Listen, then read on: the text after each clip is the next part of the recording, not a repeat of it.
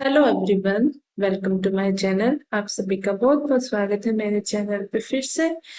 आज हम कवर करने वाले हैं accounting concepts and convention. Okay, इसमें हम पढ़ेंगे अकाउंटिंग के जो कन्वेंशन होंगे, जो कंसेप्ट्स होते हैं, उन सबको हम देखते हैं। आइए से हम स्टार्ट करते हैं। सबसे पहले हम इसमें पढ़ेंगे अकाउंटिंग की डेफिनेशन। ओके, क्या है अकाउंटिंग की डेफिनेशन?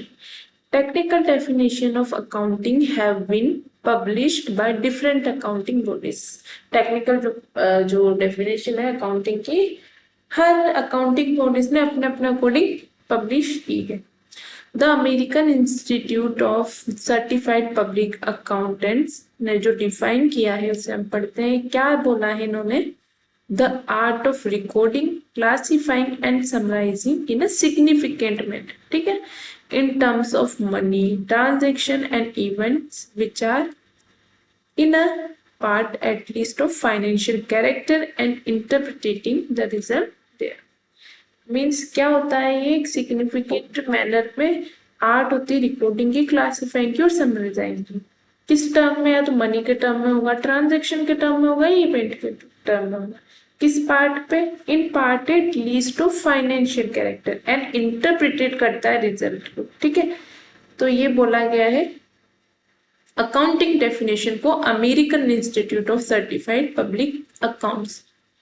अब हम पढ़ेंगे अकाउंटिंग के कंसेप्ट्स और अकाउंटिंग के कन्वेंशन। इन दोनों को पढ़ने से पहले हमें जानना पड़ेगा क्या है ये दोनों चीज और क्या डिफरेंसेस हैं इन दोनों। अकाउंटिंग के कंसेप्ट तो वो होते हैं जैसे इसमें दिया हुआ है, accounting concept refer to the rules of accounting. इसमें रूल होते हैं अकाउंटिंग के which are to be follow, जिन्हें फॉलो किया जाता है किस ड्यूरिंग, मतलब वाइल, किस लिए?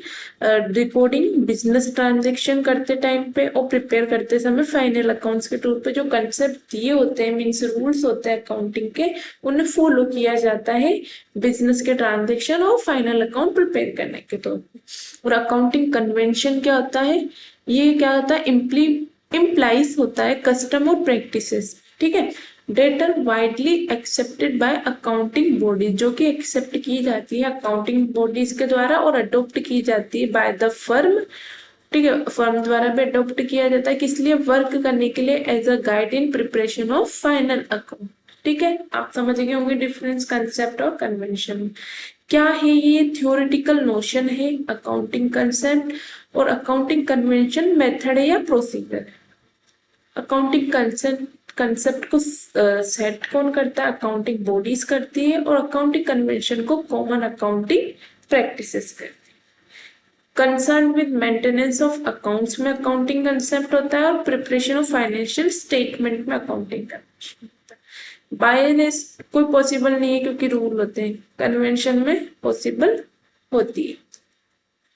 अब हम पढ़ेंगे एक एक करके डिटेल्स में क्या होते हैं कंसेप्ट, कितने प्रकार के होते हैं, क्या क्या होता है, क्या मीनिंग होता है हर एक कंसेप्ट का।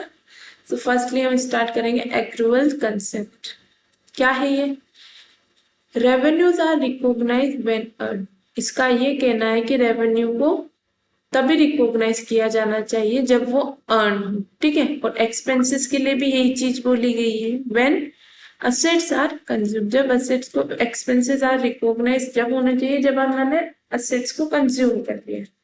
ठीक है, this concept means that a business में recognises sales profit and losses in amount that vary from what would be recognized based on the cash received from customer or when cash is paid to suppliers and employee।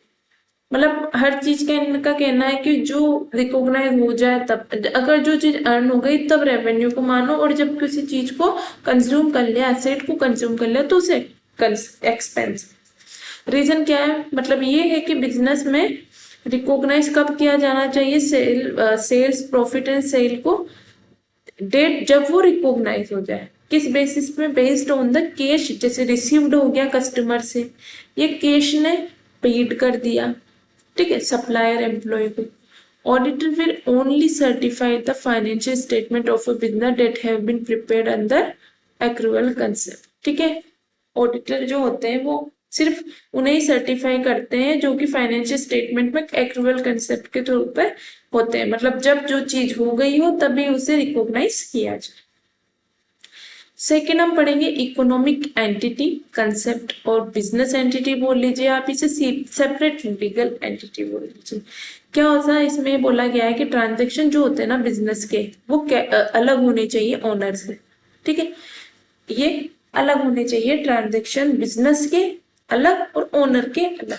इससे क्या होगा, means by doing so there is no intermingling of personal, मतलब कि मतलब मिलेंगी नहीं ना वो चीजें, अलग अलग होगा दोनों का ये फाइनेंशियल स्टेटमेंट कंपनी के, तो ये इजी हो जाएगा। हर चीज अलग होनी चाहिए, बोलते ना बिजनेस की खुद की एक एंटिटी होती है, सेपरेट लीगल एंटिटी होती है, इस वजह से दोनों के अलग अलग होने चाहिए।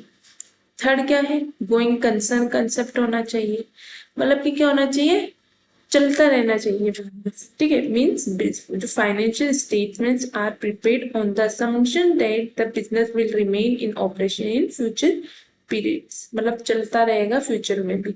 Under this assumption revenue and expense recognition may be deferred to a future, ठीक है। when the company is still operating, otherwise all expense recognition in particular would be accelerated into the current period। वही चीज है, future को देखकर ही financial statement सोचता है कि हाँ मेरा बिजनेस फ्यूचर के लिए होगा।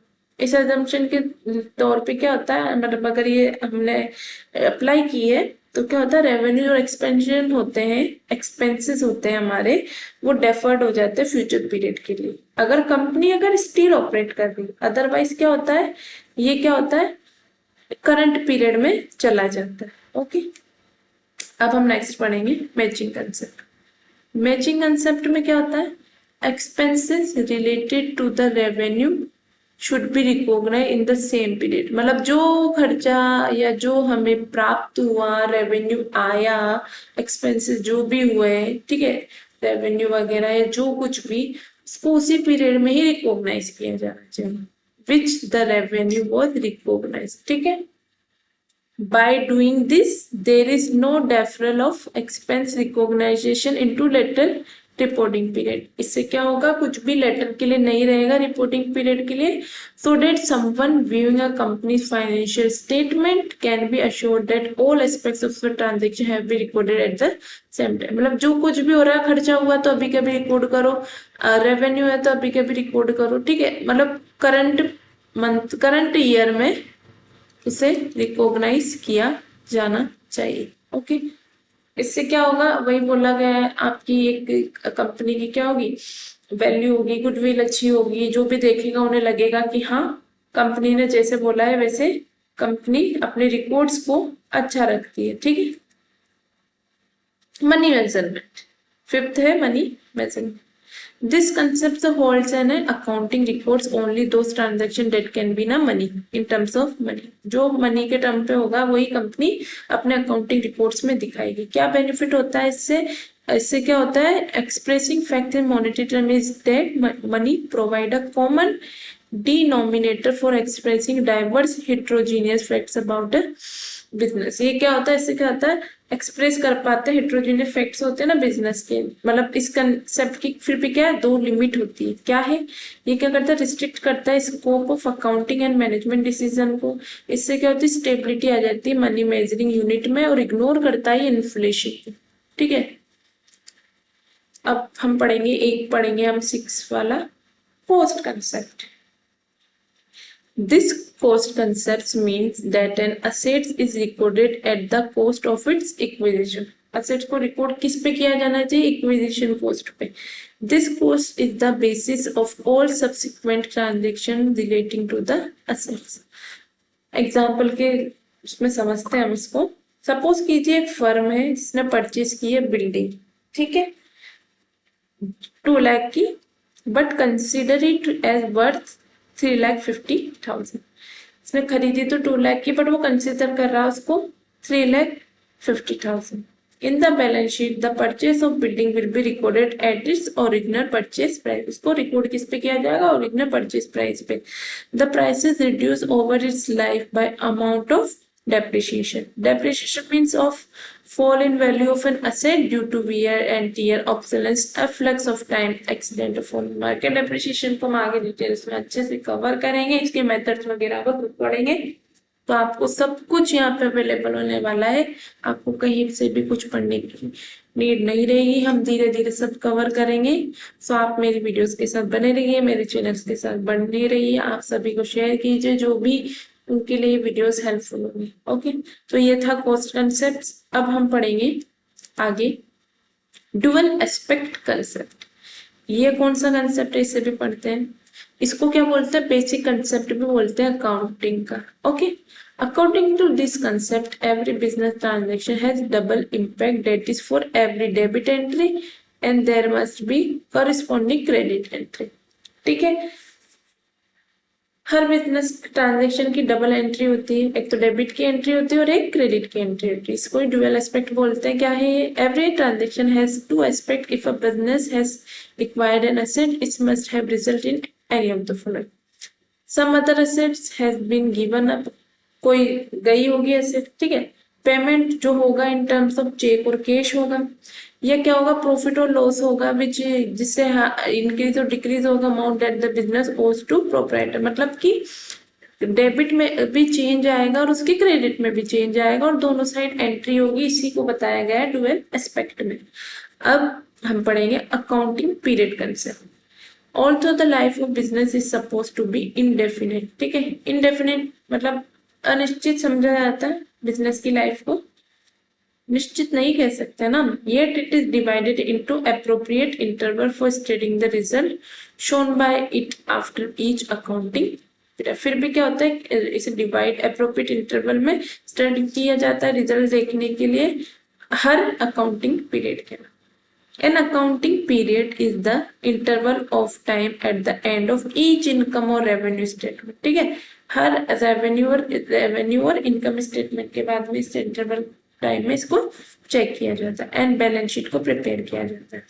दिस पीरियड में बी अ कैलेंडर ईयर और फाइनेंशियल. या तो 31 मार्च होगा या कैलेंडर ईयर जो भी उनका होगा. ठीक है, इससे एडवांटेज क्या होता है कि हम देख सकते हैं कि हमारी एग्जैक्ट फाइनेंशियल पोजीशन क्या चल रही है, बिजनेस की एंटिटी क्या है पर्टिकुलर डेट पे. लास्ट हम पढ़ेंगे realisation concept. Okay, realisation concept जिसको एक्रूअल कंसेप्ट भी बोल सकते हैं, जो कि मैं पहले पढ़ा चुकी हूँ.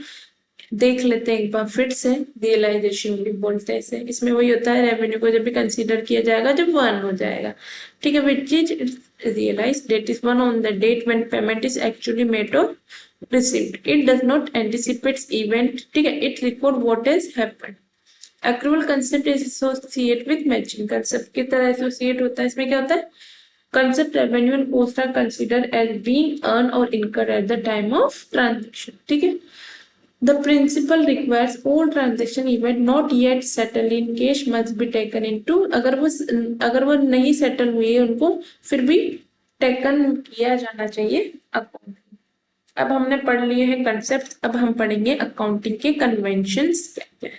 कन्वेंशन ध्यान रखिएगा 4 ही है, तो इन 4 को अगर आप याद रख लेंगे इजी हो जाएगा. मैं बताती हूँ कैसे याद करें, कैसे कंफ्यूज भी नहीं होंगे आप इससे. कंसेप्ट और कन्वेंशन में अकाउंटिंग कन्वेंशन 4 है, इन्हें रट लीजिए, याद कर लीजिए चारों को, और बाकी जो भी बचेगा फिर कंसेप्ट ही बचेगा.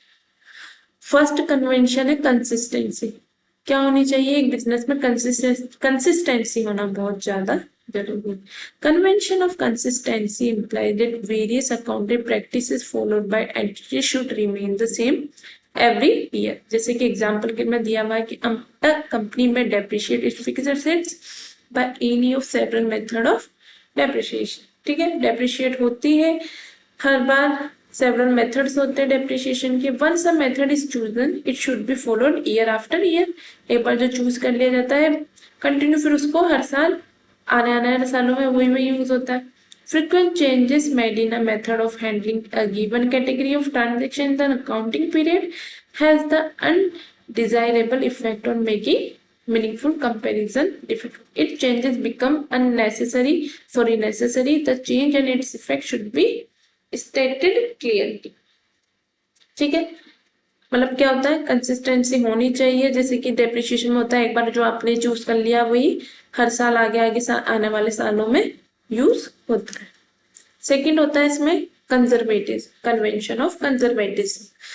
Conservative mean taking a pessimistic view, ठीक है, रेदर देन अ ऑप्टिमिस्टिक व्यू, ठीक है। This also known as playing safe, that is anticipate no profit but provide for all losses.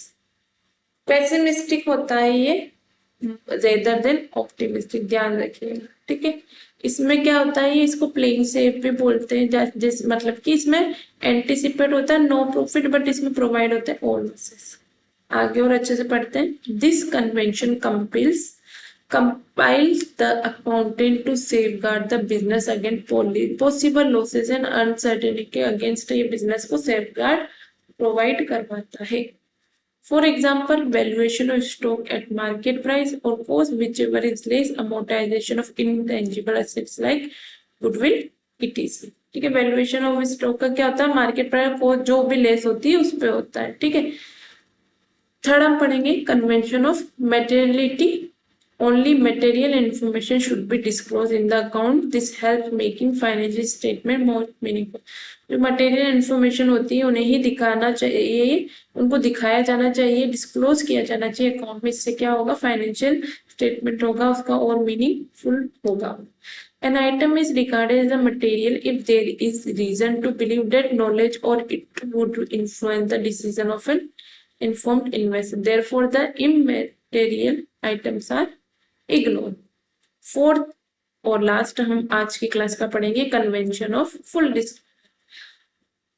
हमें हमारे अकाउंटिंग रिपोर्ट्स में स्टेटमेंट क्या होता है, सब कुछ फेयरली, फुल्ली, एडिक्वेटली सब कुछ बताना चाहिए, सब कुछ डिस्क्लोज किया जाना चाहिए, कुछ भी नहीं छुपाना चाहिए। Accounting statement should be prepared honestly to disclose information which is of material interest की हो या चाहे किसी भी प्रकार की हो, क्रेडिट की, इन्वेस्टर की, डेब्टर की, किसी भी प्रकार की हो, हमें सब कुछ बताना चाहिए। तो ये थी हमारी आज की क्लास, इसमें हमने कवर किए कन्वेंशंस, कंसेप्ट्स को। आई होप आपको सब कुछ क्लियर हुआ हो, मैंने सब कुछ अच्छे से समझाने की आप लोगों को कोशिश की है। अगर आपको मेरी वीडियोस अच्छी लगती है तो मेरे चैनल को लाइक करें, शेयर करें, सब्सक्राइब करें। Thank you.